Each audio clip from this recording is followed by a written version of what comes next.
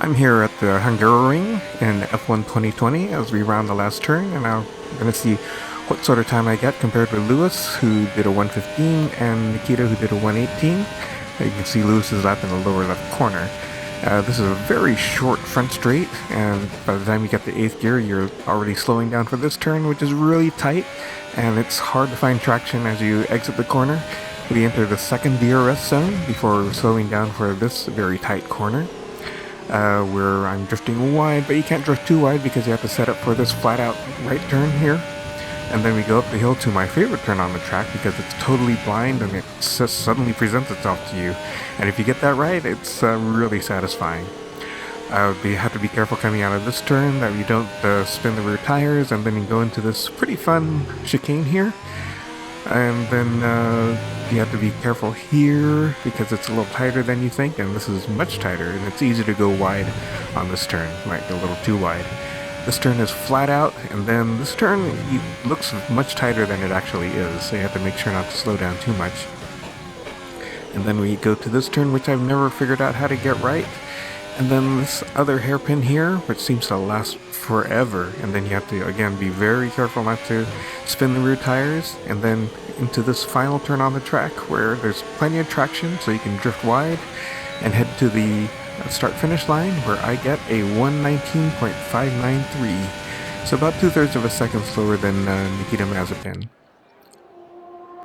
I'm running Kimi Räikkönen's Alfa Romeo car here, since there are no Hungarian drivers nor teams. I just picked Kimi at random, and I haven't done one of these with pretending to be him yet. And Kimi is 41 years old and is one of 2 drivers in the field who raced against both Max Verstappen and Jos Verstappen, the other driver being Fernando Alonso, who just turned 40. I noticed something the other day on the Olympics that the combined ages of the gold, bronze, gold, silver, and bronze medalists in women's skateboarding, all 3 of their ages combined was 42, so that's pretty incredible. I find this track to be very fun. Not the most fun of anything, but for a track that's not that well known, I do find it quite fun. It's quite short, at 4.4 kilometers, so every lap I'm a little bit surprised whenever the lap is done. Carlos Sainz unfortunately crashed his Ferrari right here this morning in qualifying, which kind of surprised me because I've crashed just about everywhere else on this track, but never there. Everyone's got an opinion.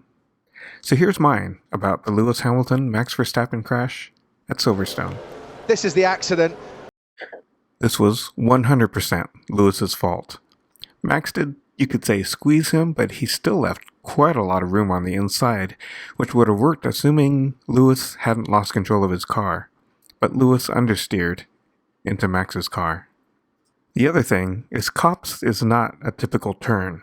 It is a knife edge. You can't just cavalierly take a different line and expect to do the same thing as you did the previous lap, the way you could at Vale or Farm or something. It is a knife edge, and Lewis had to slow down if he was going to take that line, and Max didn't have to slow down. But if he went wider to give even more room for an out-of-control Lewis, he would have been off the road, I think. The penalty that Lewis got, a 10-second penalty, I think was appropriate. If he got a stricter penalty of a drive-through, I think that still would have been appropriate. If you're going into like 10-second stop and goes, I think that would have been a bit strong. And again, the outcome is irrelevant to the penalty in Formula One. Safety car, keep the delta positive. Let us know what you need.